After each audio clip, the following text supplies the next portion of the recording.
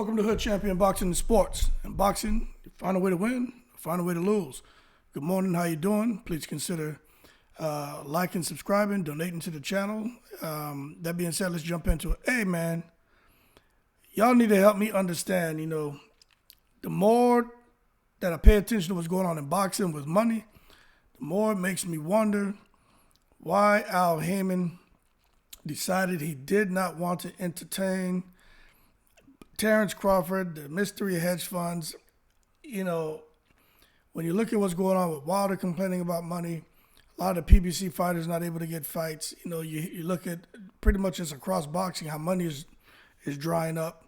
You got Wilder, you got Broner out here just totally spilling the beans on what's going on over there at PBC. You got Errol Spence, who's not happy because he feels he's been at 147 pounds too long. It's time for him to make a move.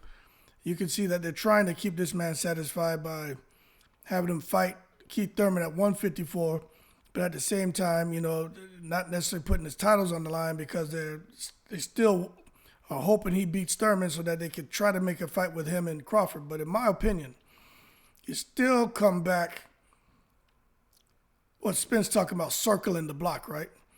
Look, when you circle that block, you still gonna run into the same damn issue. Money. This is my thing, right? I get it. The whole Terence Crawford, the money, people not sure where it came from. But my thing is, if I was Al Haymon, right, and I have someone coming to me saying, look, there's potentially $25 million guarantee for a $25 million guarantee for your fighter, a $25 million guarantee for Terence Crawford. Why would you just say, nah, I don't want anyone on the outside getting involved? Why would you just shut it down? Now, of course, I've done all kind of videos on Kinahan and all that. And I make jokes about it and saying Terence Crawford was getting that Kinahan money. But what the reality of the situation is, none of us know where it's coming from. But at the same time, you got to understand Crawford has Warren Buffett on speed dial. Crawford does know a lot of people. Crawford is heavily invested in real estate. Crawford, I think sometimes when you look at, this is what hurts a lot of these athletes. When they take to social media and they have horrible grammar and they struggle with articulating themselves, as a result, often people tend to question your intelligence. Now, I'm going to tell you right now, I don't think we should be questioning Crawford's intelligence at all. I don't need any emotional comments on this video, any trolling on this video, right? Don't act your shoe size on here. Don't take it to the stupid, right? That's not what we do over here. But what I'm saying is when Crawford goes on record and says the next couple generations of Crawfords don't have to work, they're taken care of because of the investments he's made in real estate and in other areas. You know what? I tend to believe him because this man is up there in Nebraska. He's around, and this is the thing, he's surrounding himself with smart people. Now, that being said, when Crawford went out there, man, and was talking about the two unnamed hedge funds, right, that offered to pay him and Spence, guaranteed person $25 million apiece. Look, in my opinion, those negotiations with PBC were being prolonged. And when he came with that, hey, look, this is kind of the position I'm in right now. This is what I have for you guys. If we're at sticking points over money going back and forth, here we go. Why didn't Al Haymon just at least say, to me, press Crawford? That's all I'm saying. Press him. Okay, wow. $50 million split between you and Spence. Who are the people? Let's have a conversation. Let me meet them. Show me a proof of funds. Something. But Al Haymon didn't even want to go that direction. So we look at the fight falling apart, right? And Crawford going on, I don't know how long he was on Instagram Live. That man was on there for about like 20, 30 minutes. When he goes on and he says that he personally informed Spence of that offer of $50 million. But Spence couldn't possibly consider working with unidentified investors because Spence has to go and touch base with Al Haymon. And my thing is, you know what? If Spence has to go talk to Al Haymon, that's fine. But if you have these investors, right, who are willing to absorb the significant financial risk involving a pay-per-view showdown between Spence and Crawford, why aren't we at least having a conversation with them? That's all I'm saying. So in my opinion, Al Haymon took it to the stupid. We know that Al Haymon did his sanity check on Terence Crawford. We know that Terence Crawford doesn't have any dealings with Kinahan anymore. So all of this about just wanting to make sure Kinahan wasn't going to benefit financially. Well, hold on a second. 50 million is getting put up. Kinahan's not involved with Crawford's career or anything at all when it comes to Crawford at this time. All I'm saying is, why not have a conversation? So now you got these guys going back and forth, and everything was about numbers. It just doesn't make sense. Especially when you look at what's going on now right over at PBC, man. Giving these guys $500,000 guarantees, $1 million guarantee, a $1.5 million guarantee, and then say, all right, you get 50% of the pay-per-view. Look, man, pay-per-view is just not selling, all right? These guys, look, man, I love boxing, but we got to be honest with ourselves. Who the hell is Errol Spence going to fight to sell over 500,000 pay-per-views? Who the hell is Crawford going to fight where he could sell over 500,000 pay-per-views, right? Who is anyone in boxing right now going to fight where they can get over 1 million in pay-per-view, sell over 1 million pay-per-views? You see, we got to really be honest about this. There's no blaming Crawford or blaming Spence. You got to look at Al Haymon and what this man is doing. We get it. He's helped these guys. He's helped their careers. You know, he's put a lot of money in their pockets. My understanding, there's a lot of money that was put in these guys' pockets under the table. That's why he had them all form their own companies. Al Haymon knew what he was doing. He was showing these guys, you know, you heard that saying, I'm not going to go and catch fish for you, but I'll teach you how to fish. He taught those guys how to fish. But right now, if Errol Spence is talking about circling the block, and there's supposedly, right now, supposedly there are these conversations going on between Spence and Crawford. I would hope that a lesson was learned from not entertaining the two companies that were going to put up that $25 million guarantee for Spence and Crawford. Let me tell you right now, $25 million guarantees, who outside the heavyweight division, right? You know, Canelo seemed to have a pretty good situation, but outside of a couple, I can't even say Fury and AJ.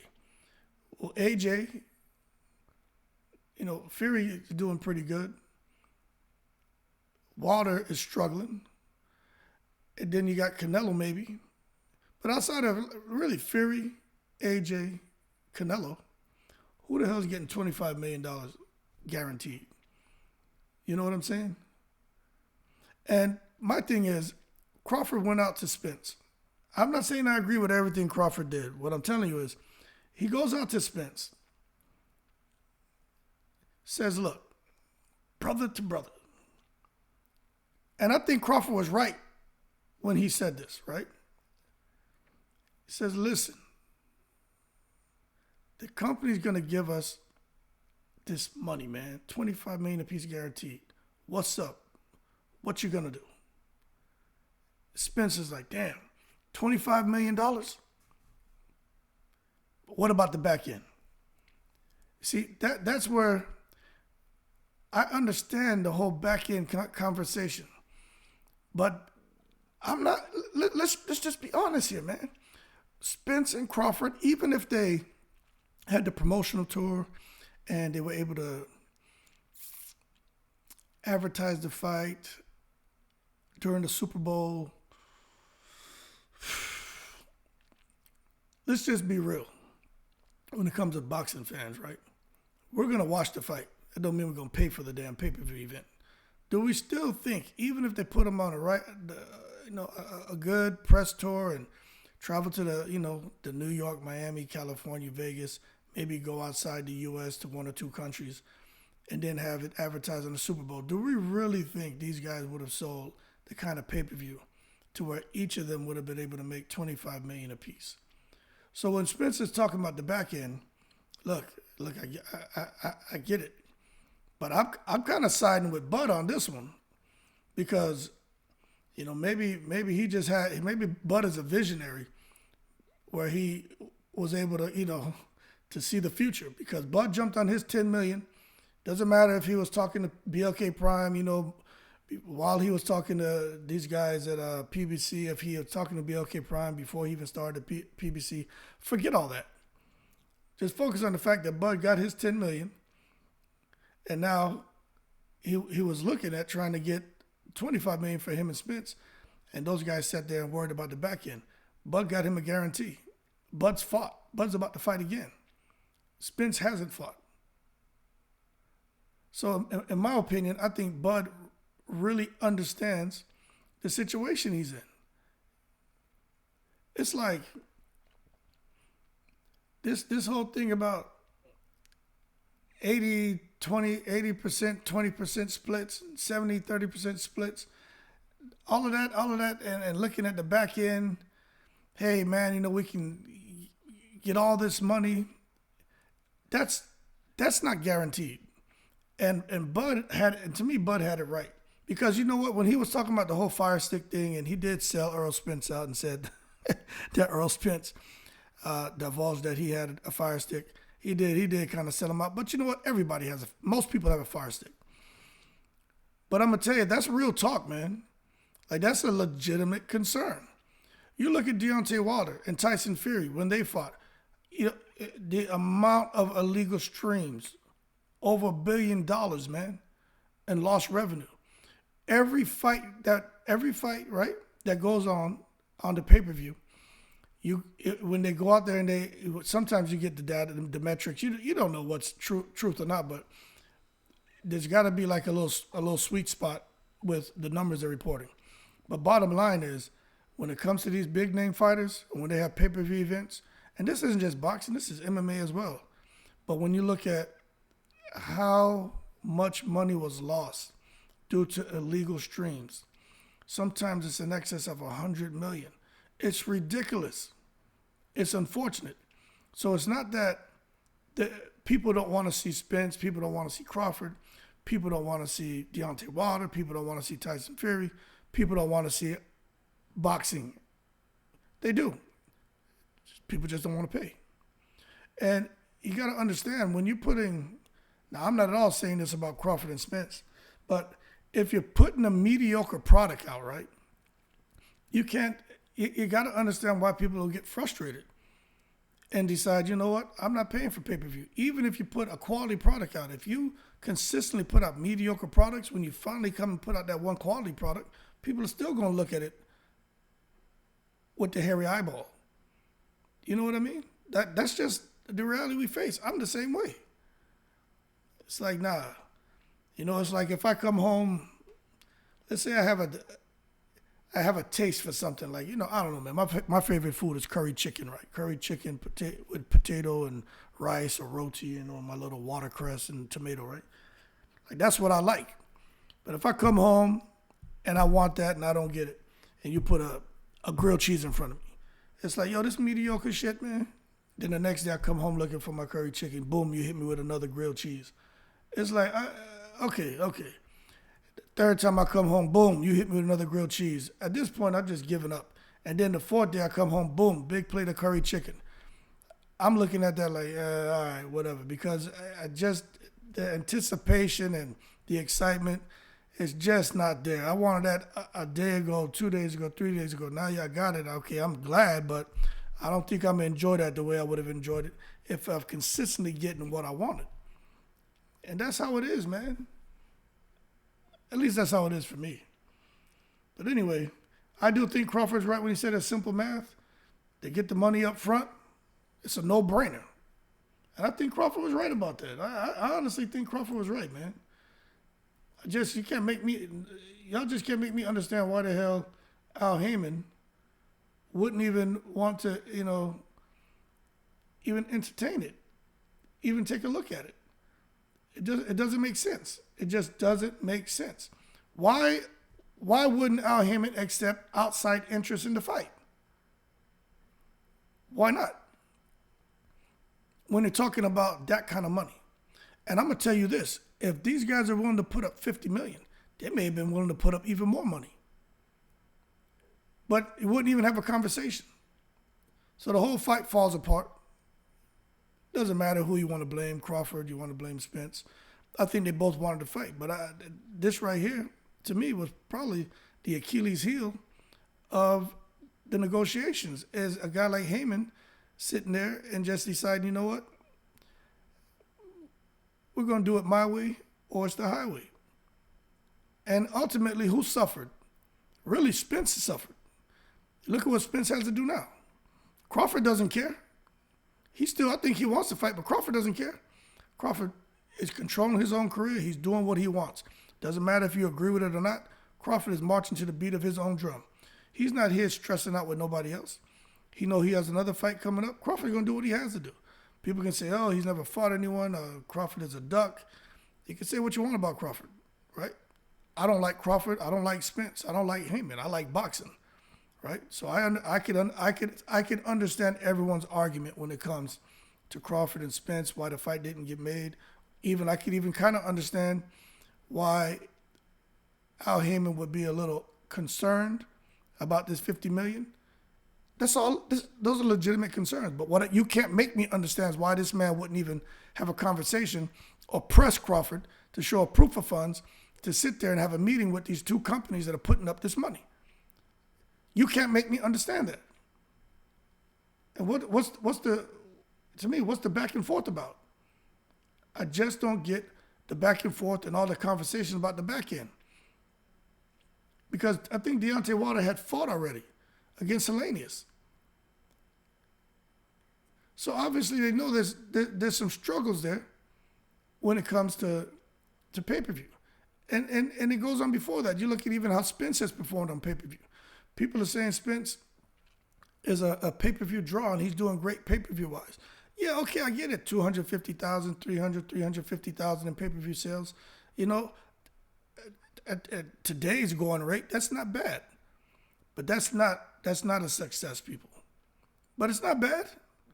But it's not going to get anybody $25 million. I don't know, man. It's crazy. It is crazy. And I think this right here really foot stomps a good point that, Spence does have to, ask permission to do certain things. I honestly think if Al Haymon wasn't involved, I think Spence would have took that money. I think him and Crawford would have took that money. They would have fought already. They'd both be sitting back, laughing. Got money coming out the yin yang. But it is what it is.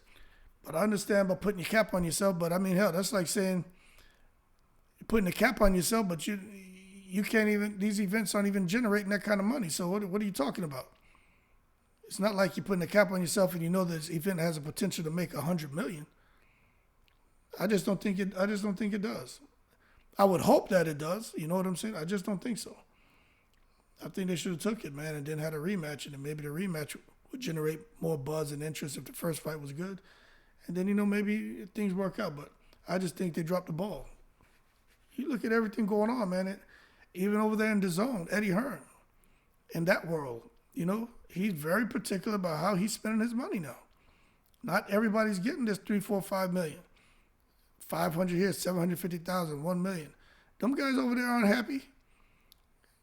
Some of the bigger names are straight, but them other guys, the Dillian Whites and all those guys, they're like, hey, what's going on? Well, one thing in boxing, right? One thing in boxing, you've got to win. But at the same time, these promoters are in this to make money. They're in it to make money. But I tell you what, any other promoter, when they came, them guys coming around, and someone says, hey, there's 25 million, 50 million guaranteed money, they're going to stop and have a conversation to find out what the hell's going on. I don't know, man. But it's a lot of difficulty these guys face. I get it. It's easy for me to sit here on the outside and have an opinion. I just don't think I'm not going to sit here and just start ripping promoters and platforms and saying they're ruining boxing. I don't think they're ruining boxing now, but I think sometimes, they're smart people, very, very intelligent people. In addition, they have a lot of experience. So there's got to be a reason, outside of just putting a cap on yourself. There has to be a more important, a more concrete reason why Al Haymon wouldn't even entertain having a conversation. Like, that's what this does not make any sense. But it is what it is. So then you get Crawford and Vanessian, you're going to get Spence and Thurman. So these are half decent fights. And they're being on pay-per-view, or they're somehow pay stream, man. But platforms just don't want to pay they don't want to pay all the money for this little niche called boxing. They just don't want to pay it, man. Mediocre products right now, man, are regularly being sold. It is what it is. I just really think it's okay for fighters to lose. The best need to fight the best. And I think at some point, if they keep putting quality products out there on pay-per-view, I think we can see a turnaround where people may want to pay. I think it's still going to be the fire stick issue, but I think there'll be a turnaround. I really do. If people will really be excited, there'll be more positivity spoken in regards to boxing. Because, look, boxing's still a major sport, man. You know what I'm saying? It is what it is. But the boxing fans, it's not like football fans, not like baseball fans, even the MMA fans. These boxing fans, people aren't going to go out of their way to go into their pocket to watch, this damn programming that, being put out. That just isn't a home run. They really have to sit here, man, and put out a better product. I'll tell you what, I don't know if it's possible if we can get back to the HBO era. Let me tell you something. HBO, man, those telecasts were on point. Always good fights on HBO. Always good fights in boxing, man. But, it is what it is, man. We talk about boxing and the obliteration of boxing and good fights and decent fights, and now the obliteration of the big fight purse and all of that. Who's to blame? You know what I mean? Who's to blame? To me, it just does. Some things just don't add up, and I know for a fact. I don't care what anyone says. I know Errol Spence is sitting back looking at this saying, "Damn, I should have took that $25 million." And I just like Deontay Wilder sitting back saying, "You know what? I should have took that $100 million plus that $20 million for Brazil, $120 million." You're seeing where Wilder and AJ didn't happen. Absolutely stupid to not take that money, but I get it. They didn't treat Wilder with the respect of a champion. The transparency wasn't there. He wasn't sure what kind of money AJ was going to make. I get it, but at the same time, in retrospect, he's like, "Damn, I should have took that $120 million, man." It's a lot of money that he missed out on. You look at the fact that AJ and Fury can't come together, and they weren't able to make the damn fight. That's a lot of money lost. You look at what's going on with Fury and Usyk possibly not making the fight. Went over to Saudi. Fury got crazy, wanted $500 million. Like, the man really wanted 500 million pounds. They shot that shit down. Nah, man, get out of here. Now he's in the UK, and now he wants a whole bunch of money. Basically like a 70-30 split or something crazy when it comes to Usyk. Usyk's team's like, no, 50-50. So now there's a chance that fight won't happen. So people, we're in the four-belt era. And these heavyweights, it's like everybody's running from the four belts. Because it's not, let me tell you, it's not even really about legacy. It's about money, man. And these key decision makers behind the scenes are fouling things up, man. But I don't blame Spence. I blame these guys behind the scenes. When it comes to Crawford and him coming over there and talking about the money and him talking to the BLK Prime during the negotiation, I mean, it's kind of hard for me to sit there and say it's Crawford's fault. I mean, you got to understand that man's experiences, with just Bob Arum and, things not really working out the way he wanted. You got to look at Errol Spence having great experiences with Al Haymon. So you got to say, you can understand why he would sit there and say, hey, I'm going to trust what Al is telling me.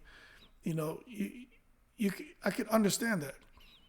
But I think if they look today, not yesterday, but if they're looking today at the stuff that's going on in boxing, especially right over there on PBC, they should be Spence should be telling himself, you know what, I need to really sit here and talk to Al about the way ahead.